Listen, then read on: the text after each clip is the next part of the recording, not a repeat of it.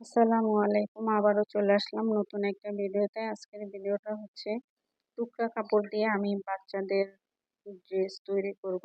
তো সেটাই শেয়ার করতে চলে আসলাম আপনাদের সাথে। তো কাপড়টা আমি প্রথমেই একটা ভাঁজ দিয়ে নিয়েছি, এখন হচ্ছে আর একটা ভাঁজ দিয়ে নিলাম। এখানে কাপড়টা ভালোভাবে ভাঁজ করে নিতে হবে, কারণ এটা গোল জামা এমনিতেই অনেক সময় দেখা যায় একটা সাইড ঝুলে যায়, সেজন্য কাপড়টা ভালো করে ভাঁজ করে তারপরে হচ্ছে কাটিং করতে হবে। আর রাউন্ড শেপটা ভালোভাবে কাটিং করতে হবে, যাতে পরে ঝুলে যাওয়ার সম্ভাবনা না থাকে। তো আমি কোমরের মাপটা নিয়ে মার্ক করে নিয়েছি। আমি এখানে বডির পার্টটা পরে কাটিং করব, কারণ এটা হচ্ছে টুকরা কাপড়, সেজন্য হচ্ছে আমি আগে ঘেরের পার্টটা কাটিং করে নিলাম।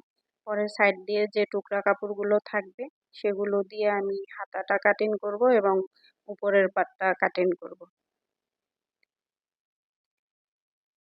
তো কোমরের সাইডটা আমার মার্ক করা হয়ে গেছে, আর ঘেরের সাইডটাও আমি মার্ক করে নিয়েছি। এখন হচ্ছে আমি কাটিং করে নেব।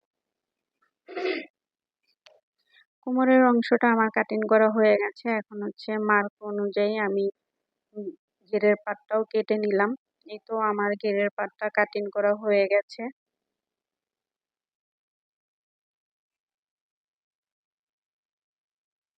ঘেরের পাটটা কাটিং করা হয়ে গেল। এখন হচ্ছে যে টুকরা কাপড়গুলো ছিল, এখানে হচ্ছে দুইটা টুকরা আছে, তো আমি দুইটা টুকরা নিয়ে ভাঁজ করে নিলাম, নিয়ে হচ্ছে আমি সমান করে কেটে নিয়েছি। এখানে সেলাইয়ের জন্য 1/2 ইঞ্চি রেখেছি, আর কাঁধের মাপটা আমি নিয়েছি 4.5 ইঞ্চি। এখানে আরমোলের মাপটা নিয়েছি আমি 4 ইঞ্চি, নিয়ে মার্ক করে নিয়েছি। লম্বার মাপটা নিলাম, নিয়ে মার্ক করে নিলাম।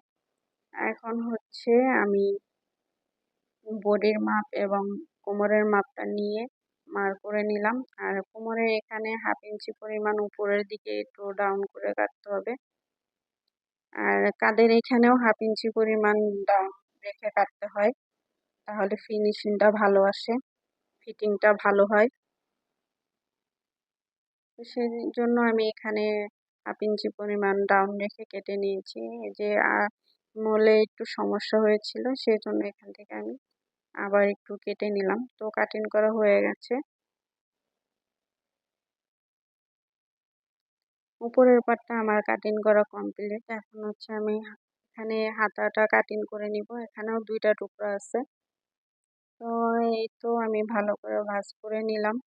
এখন হচ্ছে সমান করে কেটে নিচ্ছি, ছোট বড় আছে সেই জন্য সমান করে কাটিং করে নিলাম। এখন উপর থেকে নিয়ে আমি এখানে 2.5 ইঞ্চি পরিমাণ নিচে একটা মার্ক করে নিয়েছি, আর এখানে হচ্ছে লম্বার মাপটা নিয়ে মার্ক করে নিয়েছি। আর এই যে এখানে আমি সেলাইয়ের জন্য কাপড় রেখেছি, আর মোহরির মাপটা হচ্ছে 4 ইঞ্চি, সেটা আমি মার্ক করে নিলাম। মার্ক করে নিয়ে এখন হচ্ছে আমি কাটিং করে নিব।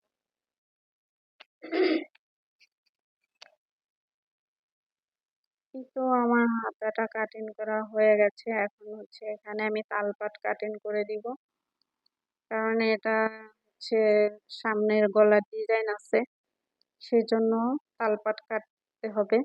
সামনে ডিজাইন থাকলে তালপাট কেটে নিতে হয়, আর যেগুলো জামা দুই সাইডে ইউজ করার জন্য বানানো হয় সেগুলো জামায় তালপাট না কাটলেও চলে। তো আজকের ভিডিওটা এখানেই